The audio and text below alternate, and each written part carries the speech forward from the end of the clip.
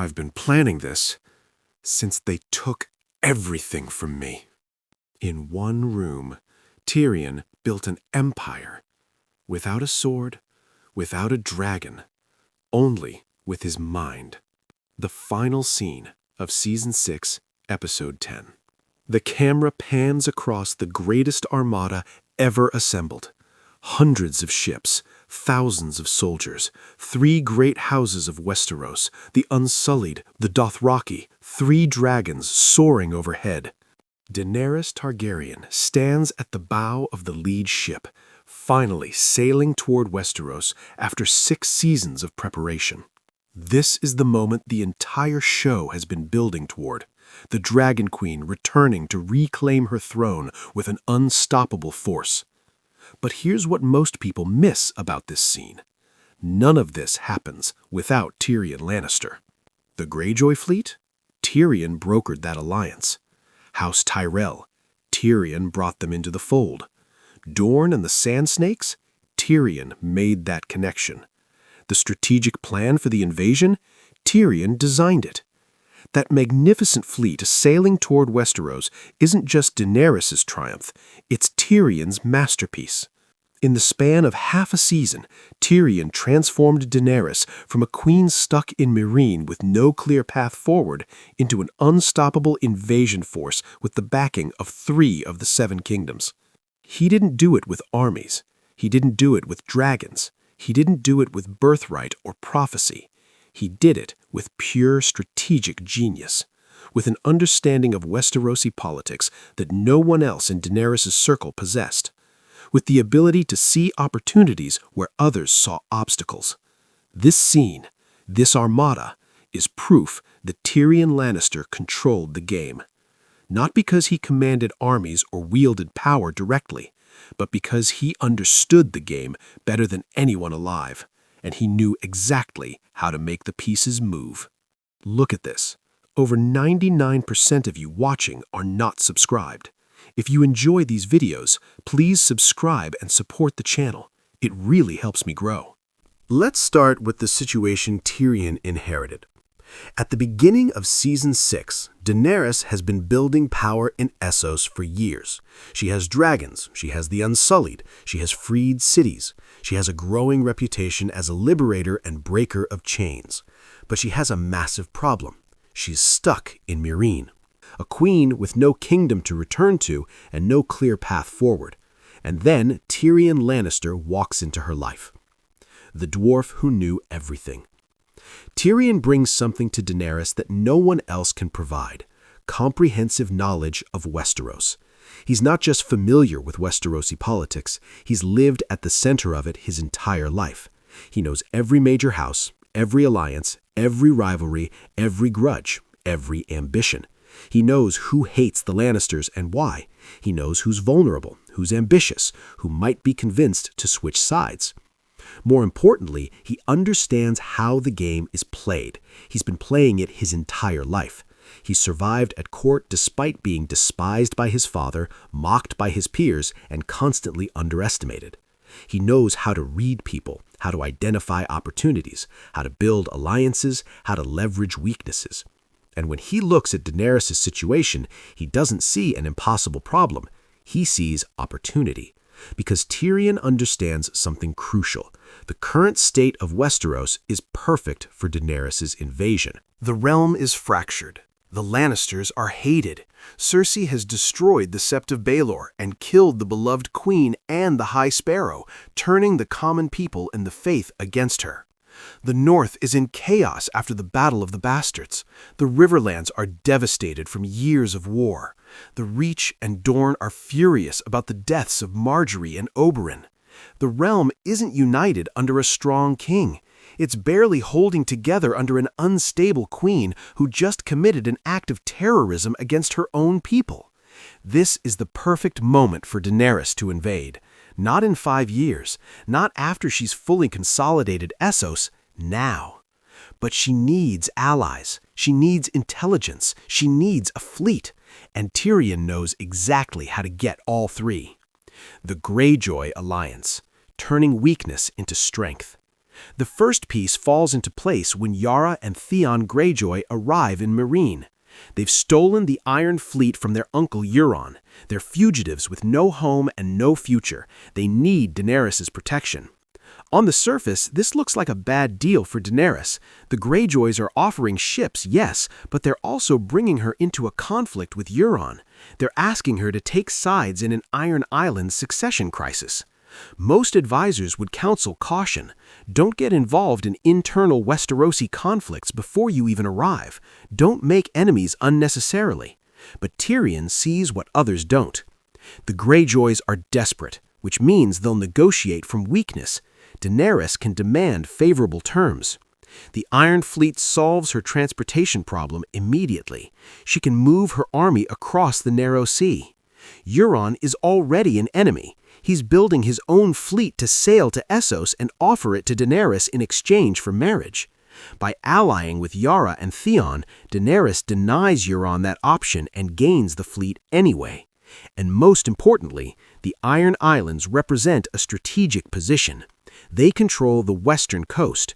They can raid and disrupt Lannister shipping. They can support operations in the Riverlands and the north. Tyrion recognizes that what looks like a risky alliance is actually an incredible opportunity. But he also understands the potential problem. The Greyjoys are ironborn. Their entire culture is built on raiding and reaving. They've spent centuries attacking the very people Daenerys wants to rule. So Tyrion ensures that Daenerys demands a commitment. No more reaving. The Ironborn will give up their traditional way of life and accept a new relationship with the mainland. This is brilliant negotiation. Tyrion takes what could be a liability, allying with pirates, and transforms it into a moral victory. Daenerys isn't just gaining ships, she's reforming a culture, breaking another wheel. And he does it all while Yara and Theon are desperate enough to agree to anything. The first alliance is secured. Daenerys has her fleet. The Tyrell alliance, exploiting grief and rage. The second alliance is even more impressive. House Tyrell is the richest and most powerful house in Westeros after the Lannisters, the breadbasket of the realm, a massive army, enormous wealth. And they have every reason to hate Cersei Lannister. Cersei just murdered Margaery Tyrell, the beloved queen, the pride of House Tyrell, the golden boy of the Reach. She destroyed the Sept of Baelor, the holiest place in Westeros, along with hundreds of nobles and the High Sparrow. This is an act of unimaginable evil, an atrocity that turned Cersei into a tyrant in the eyes of everyone in Westeros. And it handed Tyrion the perfect opening. Because Olenna Tyrell doesn't just hate Cersei, she wants revenge. She wants to see the Lannisters destroyed. She wants justice for her family. And who better to deliver that revenge than Daenerys Targaryen? Tyrion understands this perfectly. He knows Olenna. He's dealt with her before. He knows she's brilliant, ruthless, and completely pragmatic. She won't ally with Daenerys out of loyalty to House Targaryen. The Tyrells supported Robert's rebellion and benefited from the Targaryen downfall. But she will ally with Daenerys to destroy Cersei. That's personal, that's immediate. That's something she wants more than anything in the world. So Tyrion facilitates the connection. He gets Varys, who has his own network and connections in Westeros, to reach out to Olenna. And the offer is simple. Join Daenerys. Help her take the Iron Throne. Watch Cersei fall. Olenna doesn't need convincing. She's already decided. Cersei murdered her family. There's no forgiveness for that, no reconciliation, only vengeance. The second alliance is secured. Daenerys now has the backing of the Reach, the most fertile region in Westeros, capable of feeding her armies and providing enormous military support. The Dornish alliance connecting the pieces. The third alliance completes the picture. Dorne has been isolated from the main conflicts of the War of the Five Kings. They are wealthy, militarily powerful, and fiercely independent. They also hate the Lannisters with a burning passion. Tywin Lannister's men murdered Elia Martell and her children during Robert's Rebellion. Olarrion Martell died in King's Landing fighting for Tyrion, killed by the Mountain, who serves the Lannisters. The Sand Snakes and Ellaria Sand have taken control of Dorne after murdering Doran Martell. They're not legitimate rulers, they're essentially conducting a coup based on popular anger at the Lannisters. They need legitimacy, they need a cause that justifies their violent seizure of power. And Daenerys provides exactly that. By joining Daenerys' invasion, the Sand Snakes transform from usurpers into freedom fighters, from murderers into revolutionaries, from illegitimate rulers into the vanguard of Targaryen restoration. Again, Tyrion sees the opportunity. Dorne wants revenge against the Lannisters. They want to fight. They're eager to join. Through Varys' network, Tyrion facilitates the connection. Olenna meets with Ellaria. The alliance is formed. Now Daenerys has the backing of 3 of the 7 kingdoms before she even sets foot in Westeros. The Iron Islands control the western seas and the coast. The Reach provides food, money, and the largest army in the realm. Dorne provides southern military strength and strategic position. Plus, Daenerys has the Unsullied, the Dothraki, and 3 dragons. Against this coalition, the Lannisters are hopelessly outnumbered and outmatched, and Tyrion orchestrated all of it. The strategic brilliance. Let's step back and appreciate what Tyrion accomplished. In the span of weeks, maybe months, he transformed Daenerys from an isolated queen in Essos to the leader of the most powerful military coalition in Westerosi history. He didn't just find allies, he found the perfect allies. Each alliance addresses a specific need. The Greyjoys provide transportation and naval power. The Tyrells provide resources and legitimacy with the common people. Margaery was beloved. The Martells provide southern support and prevent the Lannisters from using Dorne as a base. Each alliance is also mutually reinforcing. The Tyrells and Martells both want revenge on Cersei, so they're naturally aligned. The Greyjoys need protection from Euron, which the combined forces can provide. And critically, all 3 alliances share a common enemy, House Lannister. This is the key to Tyrion's genius. He didn't try to build a coalition based on love for Daenerys or belief in her cause. Most of these allies don't know her and have no particular reason to support Targaryen restoration. Instead, he built a coalition based on hatred of Cersei. Everyone in this alliance wants to see the Lannisters destroyed. That's a much stronger bond than shared ideology or loyalty to a distant queen. Tyrion understands that negative goals are often more powerful than positive ones.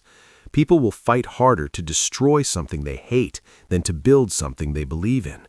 And he weaponized that understanding to build an unstoppable coalition. The irony of betraying his family. There's a beautiful, tragic irony at the heart of what Tyrion accomplishes. He's a Lannister.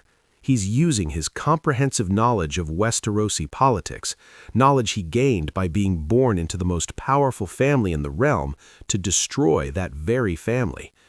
Every alliance he brokers is another nail in the Lannister coffin. He knows House Tyrell because he was almost married to Margaery, because he lived in King's Landing when the Tyrells came to power, because he negotiated with Olenna directly. He knows Martells because Oberyn died defending him, because he understands Dornish anger at his father's crimes. He knows the political landscape because he was Hand of the King, because he defended King's Landing during the Battle of the Blackwater, because he spent his entire life navigating Lannister power. And now he's using all of that knowledge, all of that experience, all of those connections to orchestrate his family's destruction. This isn't revenge. Tyrion's not acting out of spite. He's doing what he genuinely believes is right, supporting someone he thinks will be a better ruler than Cersei. But there's no escaping the irony. The Lannisters spent Tyrion's entire life treating him as worthless. His father despised him. His sister wanted him dead. His family never gave him the respect or love he deserved. And now that rejection has consequences. Because Tyrion is the most dangerous enemy the Lannisters could possibly have. Not because he's powerful or ruthless, but because he knows everything. Every weakness, every vulnerability, every potential alliance. He knows exactly how to destroy them, and he's doing it methodically, brilliantly, completely. The Lannisters created their own worst nightmare by driving Tyrion away. The scene itself, quiet victory. Now let's look at the scene itself. The final sequence of Season 6, Episode 10, doesn't show Tyrion negotiating. It doesn't show him making deals or giving speeches. It doesn't show him working. Instead, it shows the result of his work. The camera pans across that magnificent fleet. We see the Greyjoy ships, the Tyrell banners, the Martell sigils, the Unsullied and Dothraki being transported, the dragons overhead. The music swells. Ramin Djawadi's The Winds of Winter theme, which is one of the most powerful pieces in the entire series. Daenerys stands at the bow, looking toward Westeros. This is her moment, her destiny, her triumph. But where is Tyrion? He's not at the bow with Daenerys. He's not front and center. He's not claiming glory or recognition. He's standing off to the side, watching, observing. This is perfect. This is exactly who Tyrion is. He doesn't need to be the face of the invasion. He doesn't need to be celebrated as the architect of victory. He's content to work in the background, to be the strategist rather than the conqueror. But make no mistake, this is his achievement. Without Tyrion, Daenerys is still in Meereen. Without Tyrion, she has no fleet, no allies, no plan. With Tyrion, she has the greatest invasion force ever assembled. The scene doesn't explicitly state this. There's no dialogue saying, look at what Tyrion accomplished. The show trusts the audience to understand. And that trust is justified, because if you've been paying attention, you know. You know that every ship in that fleet, every banner flying, every alliance represented, all of it traces back to Tyrion's strategic genius. The scene is powerful, not because it shows Tyrion taking credit, but because it shows the results of his work speaking for themselves. There's one more crucial detail in this episode. Before the fleet sails, Daenerys officially names Tyrion her Hand of the Queen. This is an enormous moment. The Hand is the second most powerful position in the realm. The person who speaks with the monarch's authority, the chief advisor and administrator. Tyrion has held this position before. He was Hand of the King to Joffrey. He saved King's Landing during the Battle of the Blackwater. He governed effectively despite being undermined by his father and sister. But when he was Hand to Joffrey, it was temporary, a battlefield promotion during crisis, and once the crisis passed, Tywin took the position for himself. Tyrion never got the recognition he deserved. He was pushed aside, forgotten, treated as a disappointment. Now Daenerys is giving him what his family never did, recognition of his worth, acknowledgement of his capabilities, respect for his intelligence. And she's doing it not because she's family or because of political necessity, but because he's earned it, because he's proven his value, because he's demonstrated strategic genius that no one else in her service possesses. The scene where she names him Hand is beautifully shot. She pins the Hand of the Queen brooch on his chest. Tyrion is visibly emotional. This is validation he's wanted his entire life. And he's earned it through pure merit, through being smarter, more strategic, more capable than anyone else around. This is what Tyrion does. He doesn't win through force. He doesn't win through birthright. He wins through intelligence, through understanding the game better than anyone else, through seeing opportunities where others see obstacles. And now he's Hand of the Queen to a monarch who actually values him. Why this scene matters. This scene, this armada sailing toward Westeros, matters because it represents the culmination of everything Tyrion learned playing the game. He spent his entire life being underestimated, being mocked, being told he was worthless because of his appearance. But he survived by being smarter than everyone who underestimated him, by reading people better, by understanding power dynamics more deeply, by seeing opportunities others missed. And now all of that experience, all of that knowledge, all of that strategic thinking is applied to its ultimate purpose, changing the course of history. Tyrion doesn't just survive anymore. He doesn't just navigate dangerous situations and come out alive. He shapes the fate of kingdoms. He builds coalitions that determine who rules and who falls. He becomes the architect of invasions and the maker of queens. This is what it means to control the game.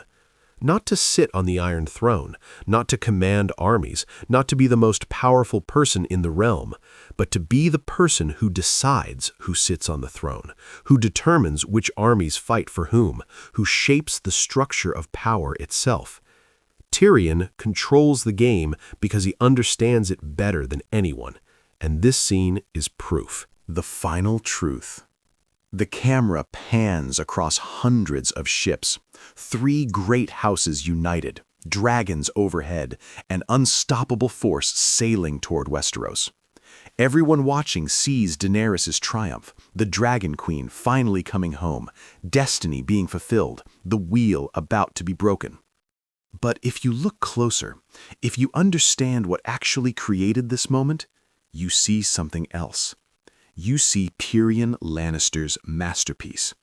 The dwarf everyone underestimated, the son his father despised, the Lannister who never fit the family image.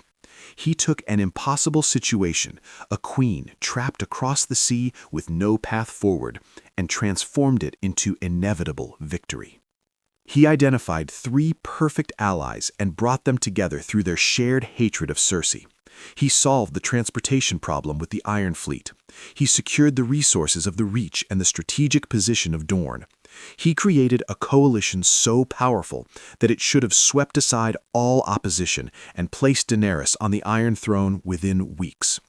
All without commanding a single soldier, all without sitting on a single throne, all without claiming glory or recognition. Just pure strategic genius. Just understanding the game at a level no one else could match.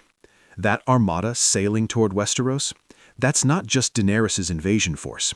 That's proof that the dwarf from Casterly Rock, the one everyone dismissed, the one his family rejected, became the most dangerous player in the Game of Thrones.